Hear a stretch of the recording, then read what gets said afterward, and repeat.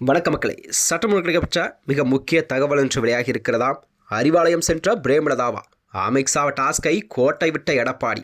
காரணம் என்ன? கோபத்தில் அமித்ஷாவாம். வாங்க வீடியோவை மூலமாக கண்டலாம். அதாவது தமிழகத்தில் வரக்கூடிய 2026 சட்டமன்ற தேர்தல் நெருங்கக்கூடிய சூழல்தான் அனைத்து கட்சிகளுமே தங்கள் கூட்டணி கட்சிகளை வலுவாக நிற்கும் வேளையில் அதற்கான வேலைகளை செய்து கொண்டிருக்கிறதா. இந்த வகையில் தான் தமிழகத்திலே திமுக கூட்டணி என்பது தமிழகத்தில் ஒரு வலுவான கூட்டணியாக பார்க்கப்பட்டு வருகிறதா. அதனைத் தொடர்ந்துதான் அண்மையில் கூட இதுவரை அதிமுகவுடன் மட்டுமே கூட்டணி வைத்த தேமுதிகவோ இன்று முதல் முறையாக இந்த 2026 சட்டமன்ற தேர்தலையொட்டி தேமுதிக திமுகவுடன் கூட்டணி வைத்தது என்பது அரசியலிலே ஒரு பெரும் பரபரப்பெல்லாம் கிளப்பியிருக்கிறதா. அதாவது தமிழக அரசியலில் 2026 சட்டமன்றத்தை முன்னிட்டு கூட்டணி கணக்குகள் என்பது வேகமாக மாறிக்கொண்டிருக்கிறது.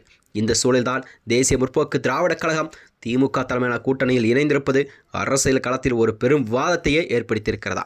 அதாவது அரசியல் வட்டாரங்கள் தகவலின்படி தேமுதிகவை கூட்டணிக்குள் கொண்டுவர திமுக தரப்பில் ஒரு நீண்டகால ரகசிய பேச்சுவார்த்தை நடைபெற்றதாக கூறப்படுகிறதா.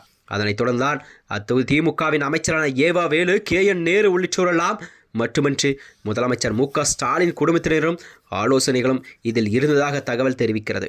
அதாவது தேமுதிகவுடன் மறைமுக பேச்சுவார்த்தையின் அடிப்படையில் தான் தேமுதிக இன்று திமுகவுடன் தனது கூட்டணி அறிவிப்பை வெளியிட்டிருக்கிறதா. வட மாவட்டங்களில் பாமக மற்றும் அதிமுகவின் செல்வாக்கை குறைக்கவும், சேலம், தருமபுரி, கிருஷ்ணகிரி உள்ளிட்ட பகுதிகளில் வாக்கு வங்கியை பலப்படுத்தவும் தேமுதிக ஆதரவு கண்டிப்பாக அவசியம் என திமுக மண்டல பொறுப்பாளர்கள் வலியுறுத்தி வந்ததாக கூறப்படுகிறதா. இதனைத் தொடர்ந்துதான் தென் மாவட்ட அமைச்சரான தங்கம் தென்னரசு, KKSR மற்றும் உள்ளிட்டோரெல்லாம் இந்த இணைப்புக்காக தீவிர முயற்சி எடுத்து வந்ததாக தகவல் வெளியாகியிருக்கிறது. அதாவது தொடக்கத்தில் தேமுதிக 18 தொகுதிகள் மற்றும் ஒரு மாநிலங்களவை ராஜ்யசபா இடம் கோரியதாக கூறப்படுகிறதா. திமுக தரப்பிலோ 6 இடங்களிலிருந்து பேச்சுவார்த்தை தொடங்கி பின்னர் 9ஆக உயர்ந்து இறுதியில் 10 தொகுதி மற்றும் ஒரு ராஜ்யசபா இடம் என்ற சமரசம் ஏற்பட்டதாக அரசியல் வட்டாரங்கள் தெரிவிக்கிறதா. தேமுதிகவை பொறுத்தவரை கூட்டணியை தக்க வைக்க பாஜக மேலிடம் அதிமுக பொதுச்செயலாளர் எடப்பாடி பழனிசாமியிடம் பொறுப்பை ஒப்படைத்ததாக கூறப்படுகிறது. ஆனால் தேமுதிக தரப்பின் கோரிக்கைகளை அதிமுக ஏற்காததால் பேச்சுவார்த்தை என்பது முடங்கியதாக தகவல் தெரிவிக்கிறதா. அதிமுக அதிகபட்சமாக தேமுதிகவிற்கு 7 தொகுதிகள் மட்டுமே வழங்க முன்வந்ததாக, இதனால் தேமுதிக ஒரு பெரும் அதிருப்தி அடைந்ததாக கூறப்படுகிறதா.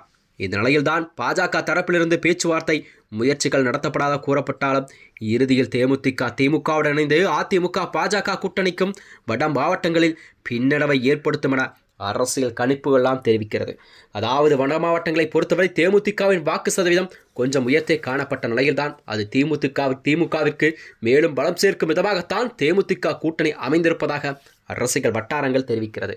மேலும் வருகின்ற 2026 சட்டமன்ற தேர்தலில் கண்டிப்பாக மொத்தத்தில் திமுக இணைப்பு என்பது 2026 தேர்தல் கணக்கில் ஒரு முக்கிய மாற்றாக பார்க்கப்படுகிறது.